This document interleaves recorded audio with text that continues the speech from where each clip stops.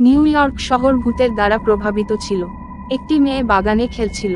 সে দেখতে পেল ভূতেরা তার কাছে আসছে। সে ভয় পেয়ে দৌড়াতে শুরু।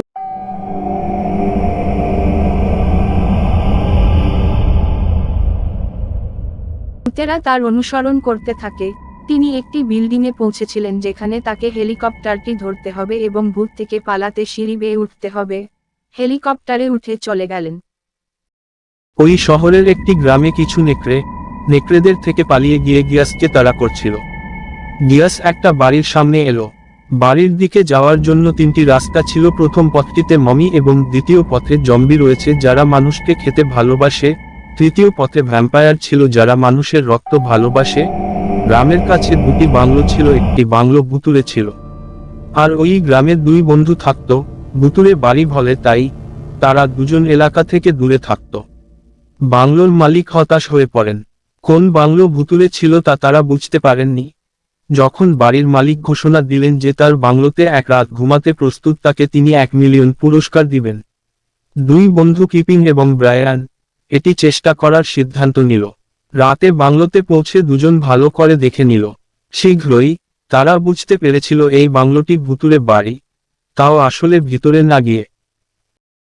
তিনটি ডাইনি একটি রাজ্যে বাস করত এবং রাজাকে খুব ভয় পেত। একদিন রাজার প্রাসাদে আগুন ধরিয়ে দেওয়া হয়। তিনি তাদের জিজ্ঞাসা করেন, কে আমার প্রাসাদ ধ্বংস করেছে? আমি বাতাসের ডাইনি। হিমালয়ে গিয়েছিলাম, আজ ফিরে এসেছি। আমি কিছুই জানি না। আমি কিভাবে আগুন জ্বালাতে পারবো? আমি জানি না কে করেছে। আমি হিমালয়ে প্রথম ডাইনি সঙ্গী হয়েছিলাম। রাজা সন্দেহ করলেন এটা 3 ডাইনির কাজ। তিনি তাদের জিজ্ঞাসা করেন, একটি জঙ্গলে একটি মৃতদেহ পাওয়া গেছে। গোয়েন্দা গিয়াস মৃত্যুর তদন্ত করতে অপরাধের ঘটনাস্থলে পৌঁছেছে। মৃতদেহ বায়ের আশেপাশে কোনো রক্ত ছিল না। নিহতের গলায় আঙুলের ছাপের চিহ্ন পাওয়া গেছে। গিয়াস জঙ্গলে তল্লাশি করে 4 সন্দেহভাজনকে আটক করে। আমি ছিসকাউকে খুন করব কেন? আমি কি ক্ষুধার্ত হতে পারি না? আমি ক্ষুধা বা তৃষ্ণা অনুভব করতে পারি না। আমি এটা করিনি। মিও, আমার একমাত্র কাজ হলো কাকদের ভয় দেখানো। আমি এটা করিনি। আম্মু, মানুষের প্রতি আমার কোনো ক্ষোভ নেই। আমি আমার পিরামিডে শান্তিতে থাকি। আমি ছিসকাউকে খুন করব কেন? আমি কি ক্ষুধার্ত হতে পারি না? আমি ক্ষুধা বা তৃষ্ণা অনুভব করতে পারি না। আমি এটা করিনি। মিও, আমি গতকাল একটি দুর্দান্ত খাবার খেয়েছি। আঙুল কেন আমি তাকে হত্যা করব? জেনকে একটি গুহায় মৃত অবস্থায় পাওয়া গেছে। ফরেনসিক রিপোর্ট প্রকাশ করেছে যে তাকে দুপুরে খুন করা হয়েছিল। নির্দেশিকা তার প্রতিবেশীদের সাক্ষাৎকার নিয়েছিল যারা তাকে রহস্যময় প্রাণীদের সম্পর্কে অবহিত করেছিল যারা গুহার চারপাশে বাস করত এবং ঘোরাফেরা করত। মেহুল এই প্রাণী, জম্বি টেড, ভ্যাম্পায়ার লেনি, ওয়ারুলফ স্কুটের সাক্ষাৎকার নিয়েছেন। জম্বি টেড, আমি স্থানীয় ক্যাফেতে দুপুরের খাবার খাচ্ছিলাম। তাদের ভাজা মস্তিষ্ক দারুণ। ভ্যাম্পায়ার লেনি, আমি রাতের আউটের পর কফিনে ঘুমাচ্ছিলাম। ওয়ারুলফ স্কুট, আমি রাতে গুহায় লুকিয়েছিলাম যেহেতু আমি একটি ওয়ারুলফ হয়েছি। সকালে মানুষের কাছে ফিরে এসেছি এবং বাড়িতে চলে এসেছি। 4টি ভ্যাম্পায়ারের একটি পরিবার একটি বড় লড়াই করেছিল এবং তারা সবাই তাদের ঘরে চলে গিয়েছিল। কিছু সময় পরে প্রাচীনতম ভ্যাম্পায়াররা অভিযোগ করেছিল যে কেউ তার রক্ত চুরি করেছে।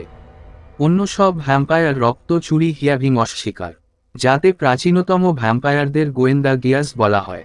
গোয়েন্দা গিয়াস অন্য 3 ভ্যাম্পায়ারকে জিজ্ঞাসাবাদ করেন। স্ত্রী বললেন, আমি বাথরুমে দাঁত পরিষ্কার করছিলাম। ভাই বললেন, আমি সেই কফিনে ঘুমাচ্ছিলাম। ছেলে, আমি ভিডিও গেম খেলছিলাম। আপনি কি অনুমান করতে পারেন কে রক্ত চুরি করেছে? ভাই বললেন যে তিনি তার কফিনে ঘুমাচ্ছিলেন, কিন্তু তিনি যে কফিনের দিকে ইঙ্গিত করেছিলেন সেটি একটি ছোট কফিন। তিনি এটা মাপসই করতে সক্ষম হবে না। সে রক্ত চুরি করেছে। একটি এলিয়েন স্পেসশিপ একটি সামলো গ্রামে অবতরণ করেছে। প্রায় 10 এলিয়েন পৃথিবীতে অবতরণ করেছিল। এই এলিয়েনদের খুঁজে বের করতে এবং গ্রেফতার করতে গোয়েন্দা গিয়াসকে ডাকা হয়েছিল। গোয়েন্দা গিয়াস এলিয়েন খুঁজতে বাজারে গেলেন। সেখানে গোয়েন্দা গিয়াস একটি কল পেয়ে ফুটবল মাঠে যান। একটি ফুটবল ম্যাচ চলাকালীন কিছু এলিয়েনকে দেখা গেছে। গোয়েন্দা গিয়াস তার অফিসে গিয়েছিলেন, কিন্তু তিনি সন্দেহজনক কিছু দেখতে পান। ডিটেকটিভ গিয়াস অফিসে গিয়ে দেখেন এলিয়েন অফিসে বসে আছে।